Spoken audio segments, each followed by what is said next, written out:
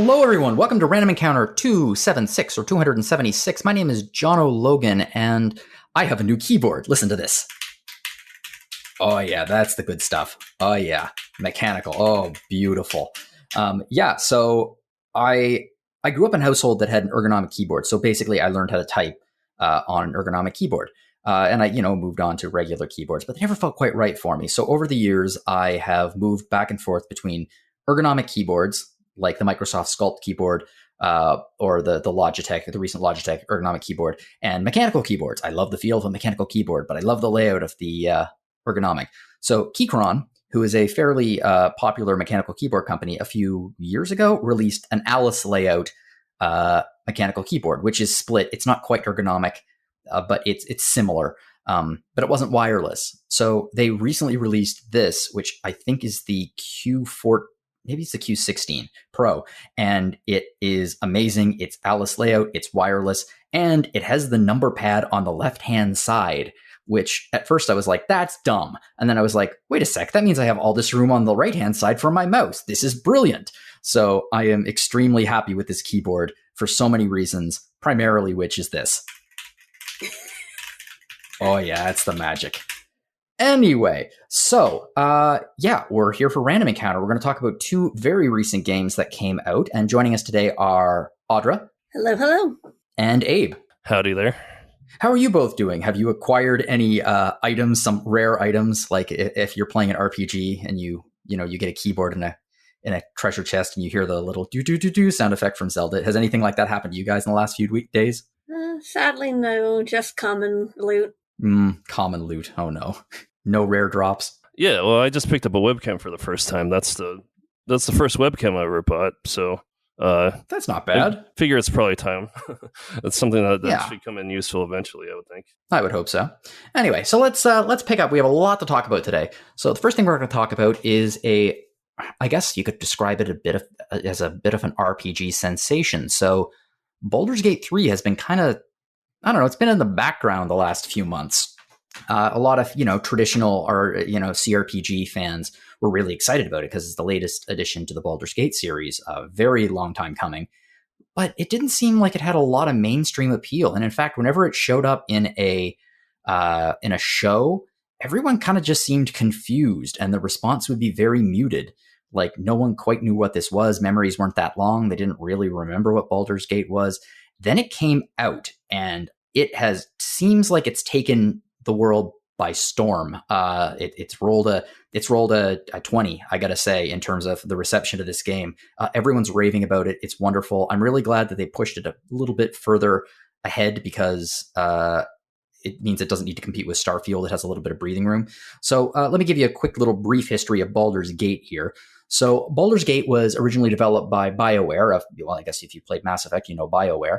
And it is based on Dungeons & Dragons, specifically the city of Baldur's Gate in the Dungeons & Dragons Forgotten Realms campaign setting. It was released way back in 1998, so it is a fairly dated game. It's had a few different iterations since. It had Baldur's Gate 2. It uses the Advanced Dungeons & Dragons rule set, so it's very, very much a traditional RPG. It's, tabletop rules. You have a party, you have a main character that you create, you explore a quest. It's an RPG, and it's turn-based as well and overhead. So this was a very popular series, and then it just kind of went away for a long time. And in the last few years, there were a lot of spiritual successors to it that really were very, very popular. But this, Baldur's Gate 3, we're back, and it's set in the same world. It's an official sequel, and apparently it's fantastic. So, Abe, obviously this is based on D&D. Do you have any experience with the Baldur's Gate series, and do you have any experience with, I guess, Dungeons & Dragons? I've only played the Baldur's Gate series a little bit, like back when I was in college, which is over a decade ago, let's say. But I played a little bit of Baldur's Gate 2. I'd be lying if I say I remember much about it. Although, I do remember Mintz. You got to remember Mintz and his hamster Boo. Like, that's certainly an iconic part of the series. And do they return Baldur's Gate 3? I don't know. Well, we'll find out soon, or you'll find out soon, hopefully. Yeah. And you have some experience with D&D? but I do have the experience with D&D. That's right. I started playing D&D with the third edition, which is really obtuse, especially as you compare it to games that are made today. But I've also played a bit with fifth edition, which is extremely intuitive. It's like the perfect system for a video game, especially one of the magnitude of Baldur's Gate 3. So that's a really exciting point. Like, I literally took a character that I made for Dungeons and Dragons and imported it like almost to the letter into Baldur's Gate 3. Yeah, so if you're a big Dungeons and Dragons fan, you got one of your favorite characters that you've ever made, you can just import them right into the game, and have some new adventures. An interesting thing about this, like you were saying, you have some experience with Baldur's Gate. The Baldur's Gate series 1 and 2, I can't put this... I'm going to put this as kindly as I can. They are beloved games that are products of their time. There have been enhanced editions that have been released in the last few years, but they are very much based on the originals with a few quality of life upgrades, including some better graphics. But if you play them, you're going to have to deal with some clunkiness. It's not going to be as smooth as, say, Pillars of Eternity, for example, or Divinity Original Sin. However, Baldur's Gate 3, from the sounds of it, very much follows the traditions of like Pillars of Eternity, where it's a modern day interpretation of the CRPG. You're not going to have to deal with a lot of really archaic gameplay mechanics. It's a very modern game. It doesn't feel dated at all, does it, Abe? That's right. Baldur's Gate 3 is developed by Larian, who they previously developed the Divinity Original Sin series, which is also extremely popular CRPG series. It's more that they've finally got their AAA style big budget and the Dungeons and Dragons license, and pretty much applied the things that they were successful at doing with the Divinity games and just put it into Dungeons and Dragons world. So you could make a case that Larian is kind of pushing into, well, they definitely are pushing into BioWare's former territory now. Yeah, well, they have to. They literally took over BioWare's big series from 20 years ago. I don't think that they're going to mind. I'm sure they're perfectly happy and busy working on Mass Effect 4 or whenever we might hear more about that at some point in the future. So. Yeah. So let's just talk about the overall experience of Baldur's Gate 3. So can you start up the game, what happens? I think one of the most endearing things about Baldur's Gate 3 is that it's a very unique setup. I mean, once you created your character and everything, you wake up and talking to a few people, you discover that you have this mind parasite. You literally have brain worms. It's not a good situation. So a mind flayer, anyway, is this kind of octopedal sort of humanoid type of creature. They got tentacles coming out of their face, and they speak with through telepathy. And unfortunately for you, the way they reproduce is by putting these parasites into the heads of intelligent creatures, who eventually then will be turned into mind flayers themselves. That's not something that you want to happen. So, you're pretty much under the gun a little bit at the beginning of the game to try and find a cure, try and find a way to get this thing out of your head. It's a party member that you don't really want to have with you, except that it's more complicated than that. You eventually find that there are some positives to having the parasite in your head. But yeah, anyway, at the beginning of the game, you're essentially on a quest for healthcare. How appropriate for today's. They're really trying to make it relatable for today's audiences, especially to Americans. Yeah, especially to Americans. Okay, well, you mentioned that you were a big fan of the character creation process. How does that work in this? You mentioned you imported your actual D&D character. Is it fun to create characters in this thing? Well, you've got the whole gamut of classes in 5th edition, which, the first two Baldur's Gate games were made with the 3rd edition of D&D. They had, there was about like half a dozen races, and there's a decent number of classes, but in 5th edition, like they just exploded the number of options available to you for creation. So you have dozens of classes to choose from. Some of the more colorful races to choose from, like the Dragonborn, which is the one I chose, but also the Drow, which are kind of a popular, like sort of a dark elf type of people. So like you don't have a ton of there's not a ton of options for like creating their appearance necessarily, but you do have you have endless options for creating the type of character that you want to be. Well, I mean, you mentioned that it uses the D&D 5e rule set or 5th edition rule set. Character creation is obviously a significant part of why a lot of people really, really enjoy D&D. How well does the rule set integrate into the gameplay? Let's say you've never played Dungeons and Dragons before. You've never played Baldur's Gate before. You sit down, you're going to start playing Baldur's Gate 3. You said it uses the 5th edition rule set. What does that mean to you? Thankfully, the game offers a quick rundown of the 5th edition rule set. It's nice having the breadth of options in 5th edition, but I think the most daunting thing for people who sit down and try to play Dungeons and Dragons is soaring through 100 pages or so of potential options for how to build out their character, what spells they want to pick, what skills they want to pick, and all that stuff. Thankfully, a lot of the stuff about rolling dice and stuff is automated in Baldur's Gate 3. So this definitely appeals to a more casual experience, less bookkeeping. But you do, if you don't have any experience with Dungeons and Dragons at all, you do kind of need to know a little bit about how certain things work, like a reaction action, a reaction attack. How many you have to think a little bit about like how many dice you're throwing for certain spells and things like that, which sounds like that's the extremely nerdy part of Dungeons and Dragons, I suppose. But I mean, thankfully a lot of that stuff is automated, but you still have to think about it a little bit. I mean, obviously, when people think Dungeons and Dragons, they think rolling dice for checks. They instantly think combat.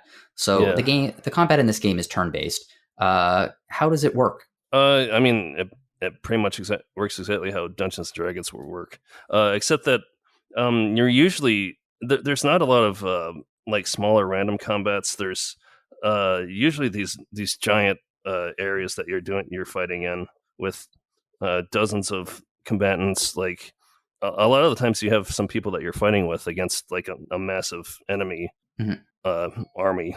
So it's a little bit different in that way. And there's a lot of emphasis on height. A lot of your battles will take place on cliffs or higher levels than the enemies, or maybe they're on a higher level than you. So I think it's essentially taking the experience of Dungeons and Dragons combat and just kind of blowing it up, getting as creative with it as they could. Okay, but you have dozens of spells and skills at your disposal, which you've carefully cultivated, hopefully, and as you've leveled up.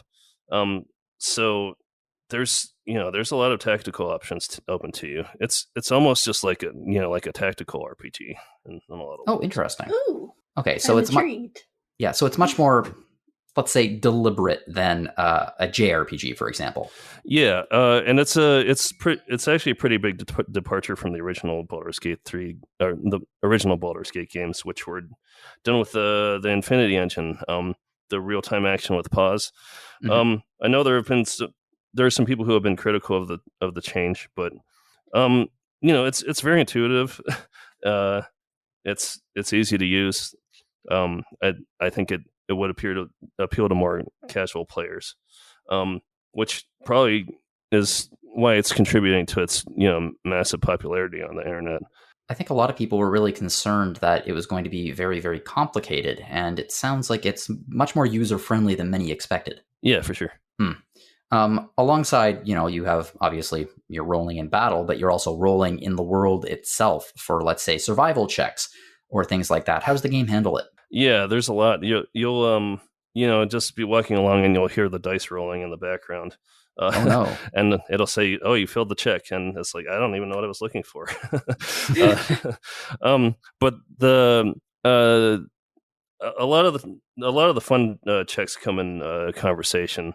There's a lot of ways that you can try to deceive or persuade the other people you're talking to. It's the world of Faerun, where Baldur's Gate 3 takes place, is it's pretty hostile to you. A lot of people are clued into the fact that you have a mind flayer parasite in your head, so they might not trust you very much. And a lot of the characters also have their own motivations, so you might not trust them very much either. But when you do a check, like a persuasion check or something, it'll flip to a screen where it shows rolling the die, the 20-sided die. It'll show the number that you have to reach, and if you hit it, then you succeeded, and if you roll too low, then obviously you failed. But that dictates a lot of the course of the actual game, of the actual story. So sometimes it's interesting to see what happens if you fail. A lot of the more interesting moments in D&D happen when your party fails a check that they need to. I know, for example, Amanda's a huge fan of Critical Role, and there's a running theme that they constantly fail unlocking doors checks and things like that. So that's just the way that D&D works. Yes. Sometimes some of the best moments happen when you fail something that you're really supposed to succeed at. Especially when it's like super obvious and you're like, this is going to be easy. And then you roll in that one. You're like, oh, no. Yeah. There was a moment where I was playing D&D with my friends, and the dungeon master had set it up for, my party member to have this big moment where he harnessed the power of his, I think his Thor infused hammer. And of course he rolled a 1, which is a critical failure. So the dungeon master was setting this up for this to be this monumental moment for my friend's character, and total failure. I think we laughed for a good 5 minutes. Yeah. I think part of the fun about being a DM would be to describe just how big the failure is when you roll in that 1. Yeah, and he explained all that after the guy rolled the 1, and so he said, okay, so you try to raise the hammer and you end up tripping and the hammer falls on your head and you knock yourself out. So that's classic. That is the fun of D&D, really. Yes, and theoretically is also the fun of Baldur's Gate 3. Yeah. So obviously, one of the differences that CRPGs and JRPGs have is, generally speaking, is the way that your character can change the world around them. Player choice is a massive thing in CRPGs.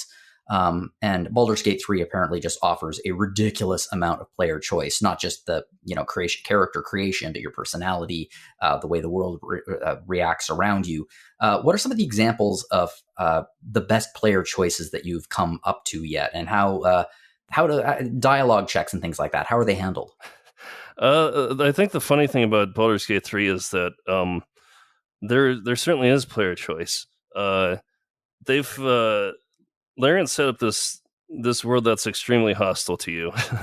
A lot of the times, the choices you have to make are between two extremely terrible choices. It's going to deteriorate your situation either way. You're going to sign away your life into bad contracts. You're going to ally yourselves with the worst people.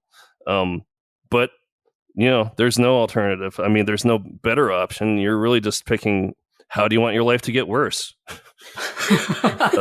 So if you have a self-deprecating sense of humor like I do, then you can just laugh at the stupid things that your character continually does. The best RPG is just like life. It's every single day. It's like, how am I going to this up? Exactly. I did see someone on Twitter or some social media site compare it to Disco Elysium, just a game where you continually make the worst choices that you possibly can and see how your life deteriorates into stupor. There's a lot of situations where you're not quite sure what reality is. There's a character Again, how like life. Yeah. Who, when you go back to your camp at night, sometimes you have dreams, and it's not totally certain, how much of this is a dream. And there's a character who comes to you in the dream and says that they're trying to help you. But considering the fact that your mind is deteriorating because you have a parasite in your head, you're not really sure if you can trust this person, or if they're even real, or if it's just a fever dream. Yeah, I think that one of the things that really does in real life and in RPGs, one of the things that contributes to poor decision making are your friends. So there are lots and lots of companions in this game to build your party. What are some of the companions that you've met thus far, and do you have any favorites, least favorites? Well, all of the companions are excellent. The writing in this game is just top notch. And the dialogue is absolutely brilliant. All of the companions that you pick up are pretty complex characters. They all have a dark side to them, and they tend to be pretty dark. But typically, when you first meet the companion, if you meet a person in real life, they're hopefully not going to spill all their dark, terrible secrets to you at once. We hope, unless you're a therapist or something, or you're on the subway at a particular hour of the evening. Yeah, or at the library. At the library. Okay, I guess I was wrong about that, actually. Librarians and bartenders and therapists—they're all it's the same job, really. Yeah. Anyway, I think definitely one of my early favorites was Asterion. So this is probably going to get a little bit spoilery here, but I don't know. There's been a lot of stuff about him on the internet already, so it's okay. We'll set off the. Okay, I'm introducing a new thing. It's going to be the spoiler chocobo. I'll have to find a really good chocobo sound effect that's different from our swearing chocobo sound effect. Yeah. So this will appear right now. I don't know what it will be yet, but it will appear right now. Okay, so spoiler warning now. Yeah, so Assyrian's like a rogue, and when you meet him, you discover that he's he used to be like a city like government official. He's a little bit pale, and your first interaction with him, he puts a knife to your throat. Thankfully, if you're able to talk him down, he'll join your party. But you eventually find out, not because he tells you, but because he tries to take a certain action against you. You find out that he's a vampire, actually a vampire spawn. So that's why he's able to. He's basically like a provisional vampire. He's not like a full vampire. So he basically gets the blood hunger, and he can still walk around during the day, but he doesn't get any special benefit from actually feeding, or he doesn't have any special powers. He's just essentially just a thrall. He's just a dude. Yeah. Some guy who needs to drink blood. But if you've read Dracula or seen any of the movies, he's extremely similar to the character Renfield, where he's pledged his life to this his master vampire involuntarily, and so he doesn't really like it, and he kind of wants out. But the parasite gives him a slight break from his master's thrall.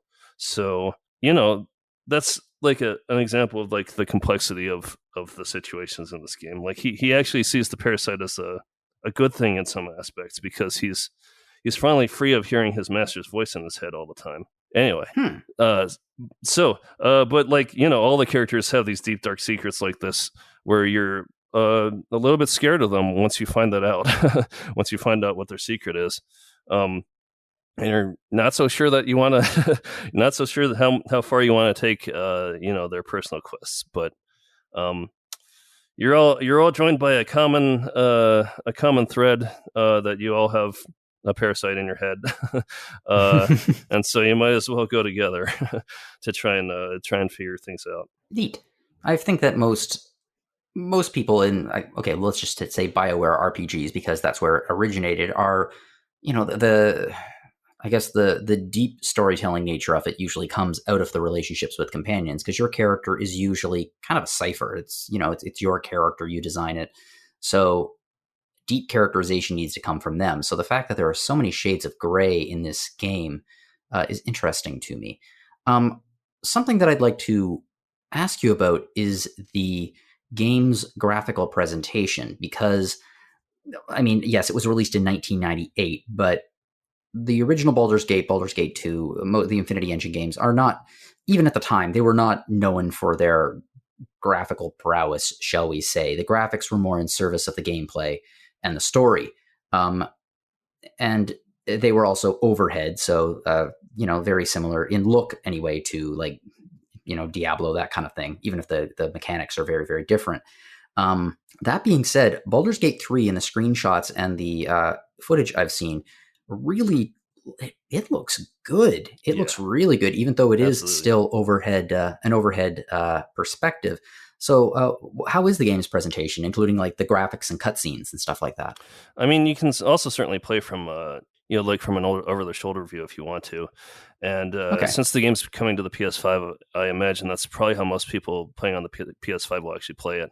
Interesting. But if you compare it to like the Dragon Age games, it's which were done by BioWare. I'd say it's pretty similar in presentation, except this is a modern AAA game, so they certainly spared no expense on making the game, especially the characters, look good. All the animations are motion capture. I'm not sure the facial expressions are, but the facial expressions are pretty good. They're pretty dynamic. And the characters use a lot of body language to help convey their feelings and their mood. The battles especially are pretty fun to watch as well. There's a lot of you're using a lot of magic effects. The magic effects are pretty spectacular, and you're constantly just seeing these light bursts like fly across the screen and such. So the game is surprisingly a bit of a looker. Yeah, if you could compare it to any AAA game that's out now, it even looks, it's even a lot a big step up even from like the Divinity games. Yeah, Larian, pretty, but yeah, obviously, Wizards of the Coast gave Larian a long leash to do what they wanted to with the game, and it's obviously paid off because everyone is recognizing how just what a great production this game is. Not for nothing, but it sounds like this is the first actual good thing that Wizards of the Coast has done. Has done in like years, maybe, in terms of video games. Yeah, for sure. They've not gotten particularly good press in the last few years. Let's put it that way. But it's not just the graphics that they went all out on. They they got pretty good, like pretty name like voice talent. J.K. Simmons plays one of the villains, whom you've seen in like Spider-Man, and Portal. They got Maggie Robertson, who did Lady Dimitrescu in Resident Evil, Resident Evil Village. So they splurged a bit, it seems, on just making this like the best presentation they could. I think that one of the reasons why they were able to do that is, and it sounds like the game is just outstandingly polished, is because this was actually released in early access. I think it came out last year, I think, in early access, or maybe even earlier than 2 years ago. 2020, I think, actually. 2020. It was actually right before I joined RPG Fan. So. Oh, Oh, well, that's a nice barometer. Yeah. So it's been in early access for, well, forever. And you were playing it in early access. One of the things that I guess some people thought it was controversial, I don't really think so, that your progress in early access couldn't transfer over to the main game. And part of the reason for that was the main game, the full game, was so much bigger than the early access, and they've done so much to build upon that. How do you think early access impacted the overall experience, having played both of them? Oh, I mean, I think it was good for them to iron the bugs out, essentially. I mean, especially in the early area. I would say that my second run through the game wasn't particularly substantially different in that opening area, and that's like probably 20 to 30 hours of gameplay. Which for another game would be the game. The game, yeah. So, I would say that I wasn't... There were some improvements in presentation and such, especially one companion had a much cooler introduction than he did previously, and you could have honestly just passed over that character and not even noticed that he was there in early access. But yeah, for the most part, it was a little, I don't know. It was a little irritating to having to spend another 30 hours doing the same thing.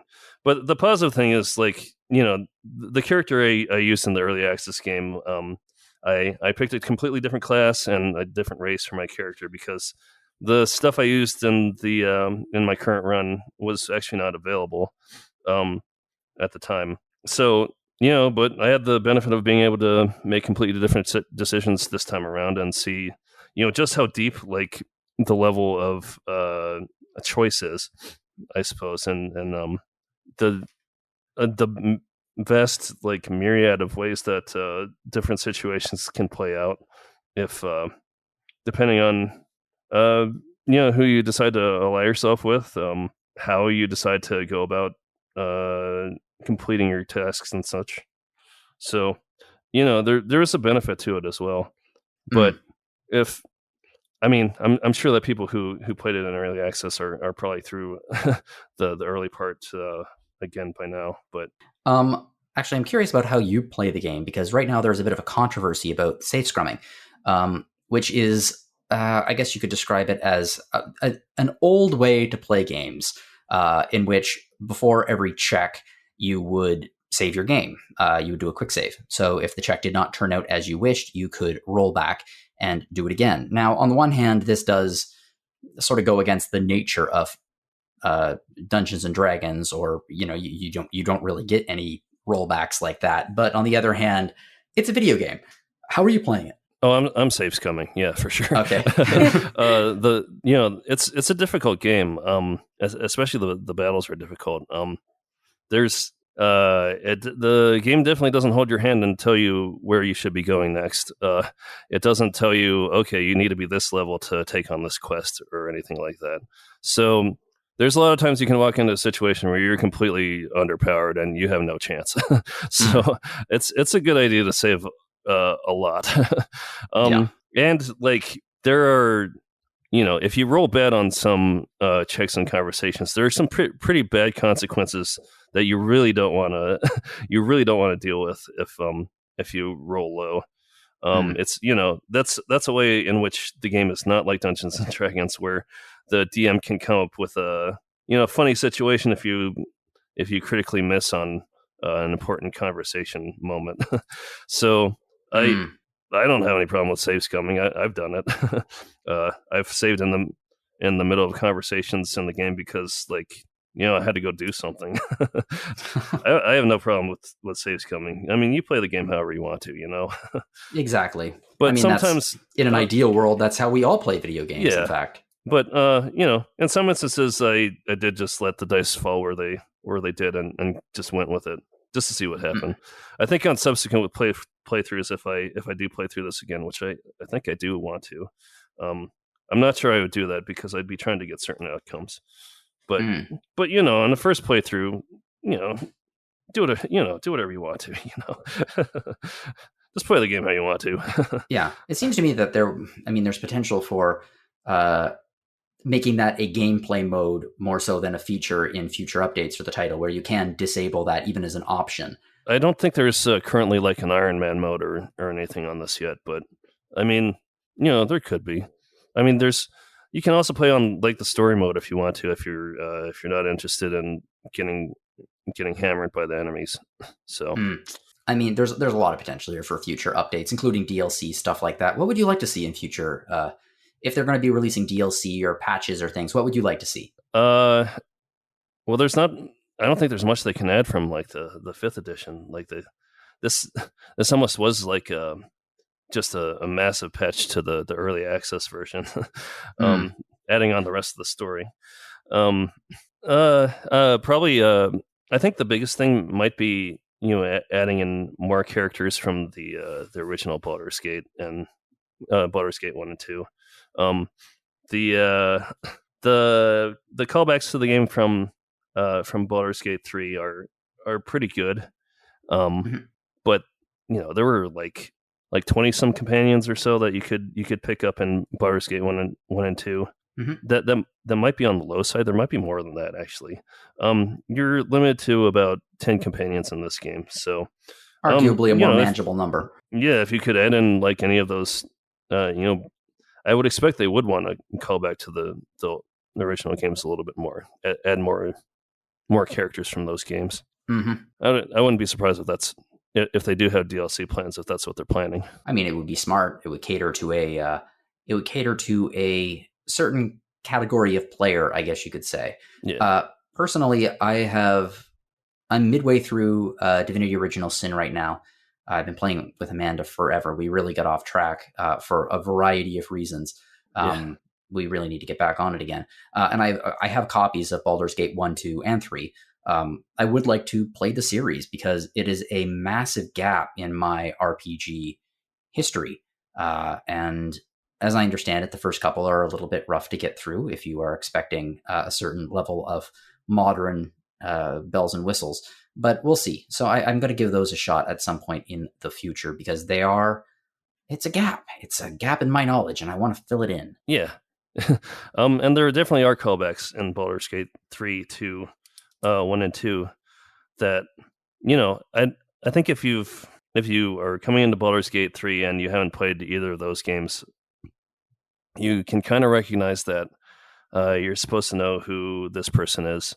I think it gives you enough of an introduction or a reintroduction to those characters that you're not going to miss anything. But I would think for longtime fans who have that familiarity, those are probably pretty fun moments to see some of those characters again. Yeah. I think one of the biggest things about Baldur's Gate 3, the developers really dug into like pulling out the weirdest characters and the weirdest creatures and locations that they could find. You spend a significant portion of the game in the Underdark, which is like this kind of underground land that, it's fully developed. Like there are civilizations around, there are people groups there, but it's also extremely dangerous. The dark itself is dangerous, and there are scary things that lurk in the dark, of course. But there's so many weird things. Like there's like mushroom people who you have to work with a little bit, or kill if you want to. I mean, there's a lot of killing in this game. It's it's not RPG. Sounds like it has a lot of freedom in it. It does. But I think the biggest thing is that maybe not the biggest thing, but a big thing is that it's kind of restored the sense of like awe and wonder that I used to have for Western fantasy settings that I haven't really had in a very long time. Probably since like the original Lord of the Rings movies, which is a long time ago. It's this, the stuff is just so unique and just so rich that it's just incredibly impressive what they were able to accomplish with the D&D license. I think that from everything I've read, everything that you've said, it just sounds like a massive win. Now, your review isn't out yet because it's like a 200-hour game. if you want it to be. So when your review is released, I'll update the review I'll update the show notes with the review. But at your current place, what do you think? Where do you think in general in terms of let's just assign it a score. What the heck? It's definitely a monumental game. I would say that there's unfortunately like a number of bugs. Especially like the further you get, like the area that you played in early access is extremely polished.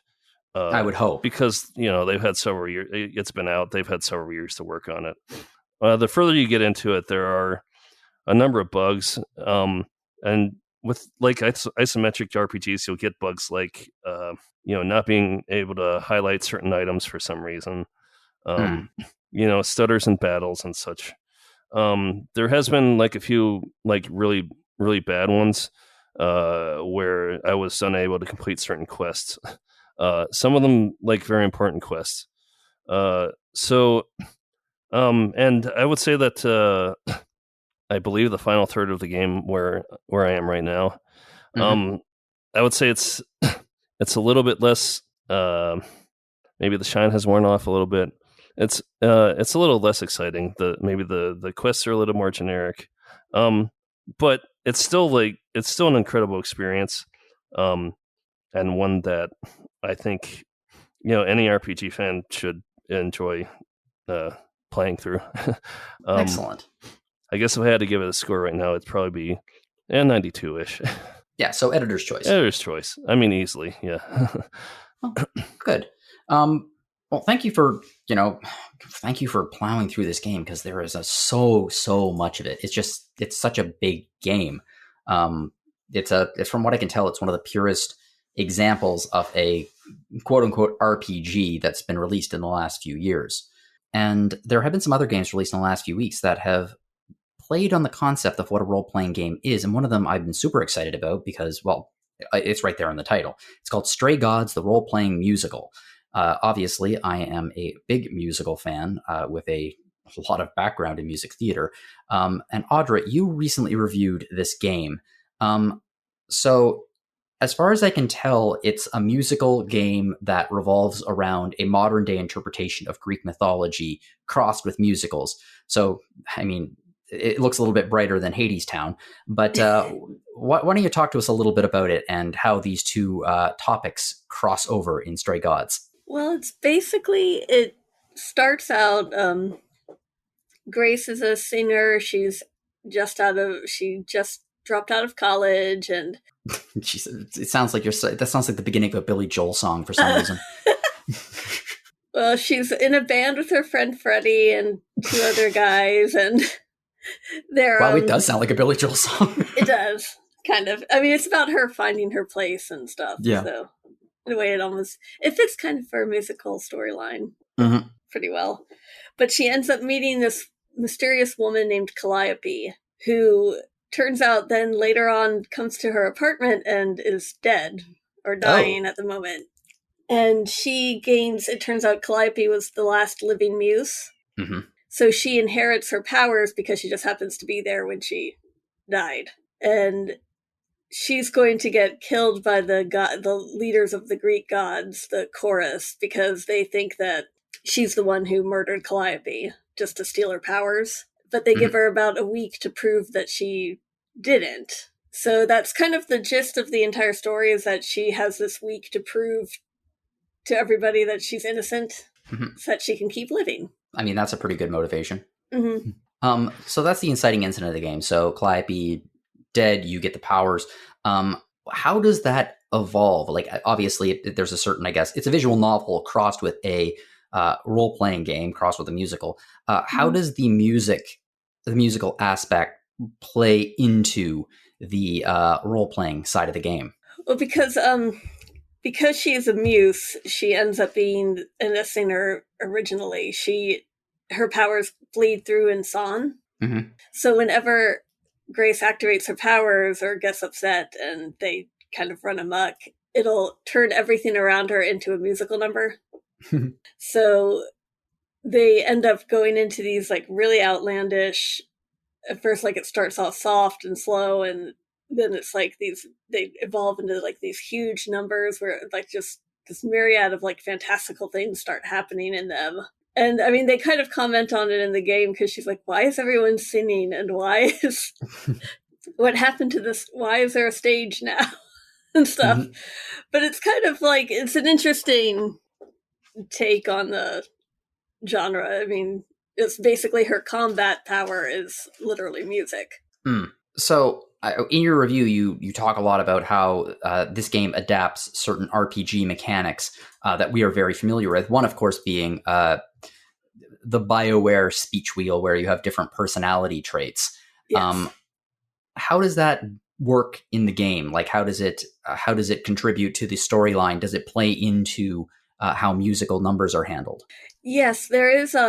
There's 3 key personality traits that you, in the beginning, you can actually choose one of them to have as like a dominant trait for Grace, and then you get that you can option that like she has one that's, I think, charisma. Mm-hmm. And then you can get access to any of the charisma options that come up in regular conversation. But in the song numbers, she has access to all 3 of them. Mm-hmm. And that differentiates how the songs play out. Oh, that's so every time she has like a new lyric shift, you can actually shift the tone of the song. You can make it be more aggressive or more thoughtful, or... See, that's really, really cool. And I think it's a smart way of building in that role-playing mechanic of, directing your character in a musical way. I like that a lot, actually. Yeah, and I mean, the soundtrack, I think it's like over 400 variations. Holy crap. Yeah. That's a lot of music. Mm-hmm. How is the music? It's quite excellent. I really like the musical numbers in general just were fantastic. And I mean, they're either great from a serious angle or they kind of are more making fun of stuff. Like you have to help the Minotaur secure a date with Hecate at one point, and it goes into this love song that's just like hilarious about how he's actually a really sensitive person. That's nice. Are you a Greek mythology fan? Yes. Yeah, I am too. And the fact that I guess there have been a number of recent big name things, both in video games and musicals, like I said, Hades Town, but also Hades, that have presented the gods in a very, let's just call them hot way. I'm curious, the art style of Stray Gods, I really, really like it. It's very much, comic book visual novel style. But how do they update the visuals of the gods so they are both, modern day? They are, it is obviously set today. So they are modern day interpretations of the gods while still being identifiable as those gods. Well, like Apollo, he kind of comes across as, at this point, he's very much kind of, I guess I'd say, tired and depressed over his abilities, and because his prophecy powers just do not play out very well for him in the long run. So he's sort of like this bohemian hippie guy who looks like he should be the life of a party, but is actually just depressed. Sad himbo, yes. And Persephone, they do that. She became like a really strong, pretty much like a criminal underworld leader. I love her redesign about imagining, because I've seen her variations so much in different stuff like Lore Olympus and everything, and I feel like they took a very different approach to her character. The visual style of this game, it looks really, really cool. I mean, it looks like a visual novel. It looks like a comic book, but clearly it's a lot more movement than a comic book. And like you said about the music and the voice acting and the singing and stuff like that. Laura Bailey is playing Grace. Yes.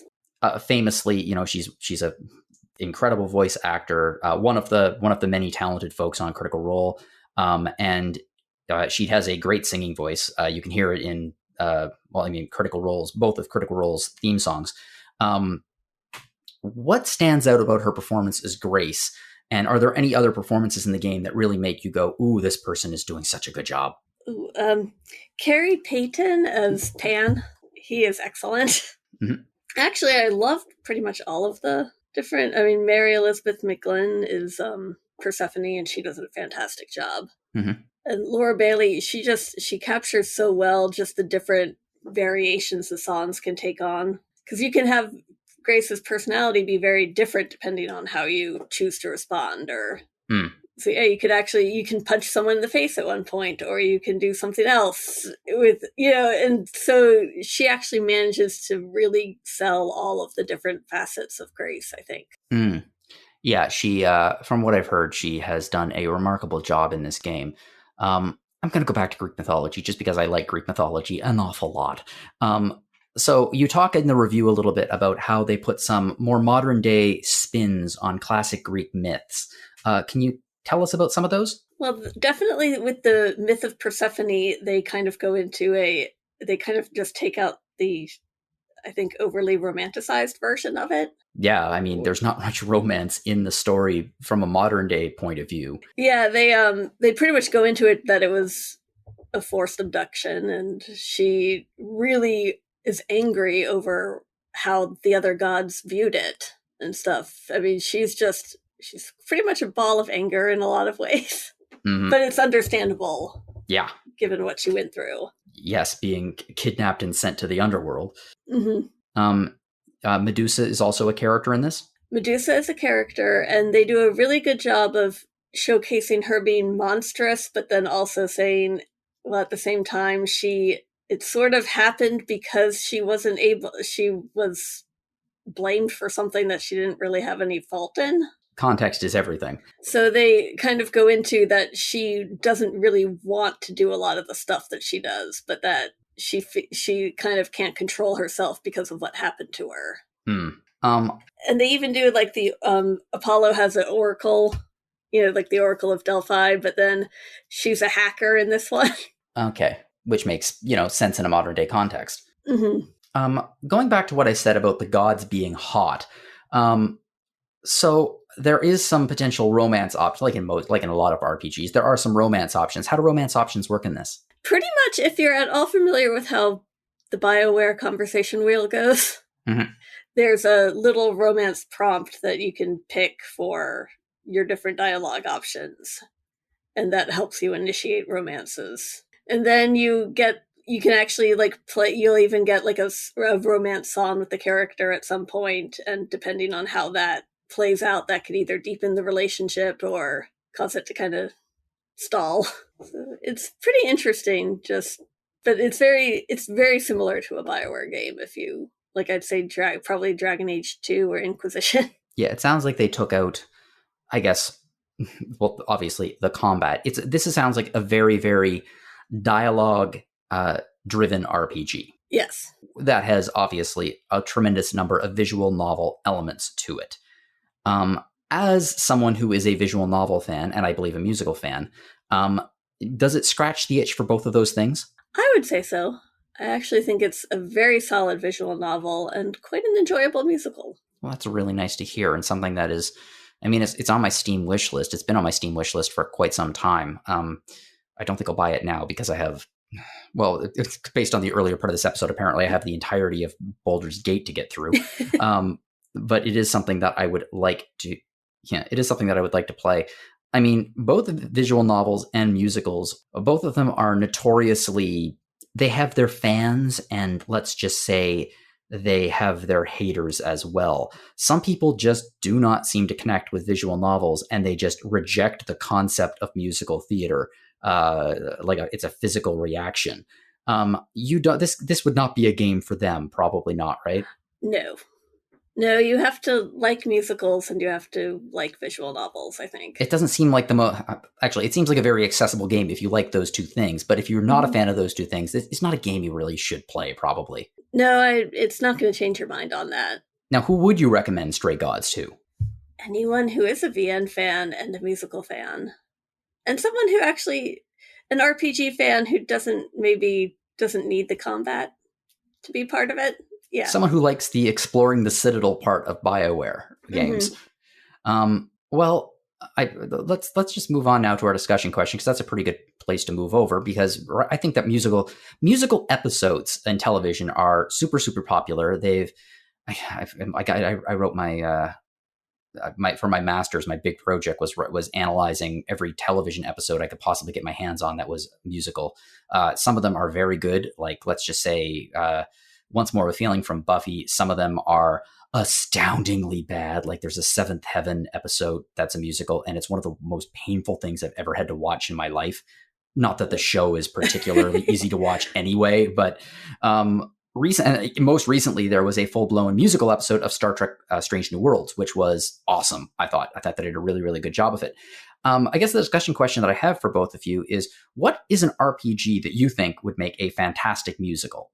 Like the storyline, the characters, not necessarily the music that's already in the game, but like the framework that's there. What do you think? Do you think it would make for a good musical? Well, since we're remaking it in several forms already, why not Final Fantasy VII? You could have the honeybee and wet the whistle, and you just want the whole thing now. I think when you're fighting Sephiroth, he's going to be singing all the vocal parts. I think you'll have a band of Sephiroths playing all the instruments that are during the One-Winged Angel. I would say that I think every character should have a musical role except Cloud. You keep Cloud exactly the same, and he wonders why everybody is singing, and he's still very dour and sad, and nothing the other characters can sing can cheer him up. Aw, poor Cloud. That is sad, but yet fitting. Also in character, very much in character. Yes. Yeah.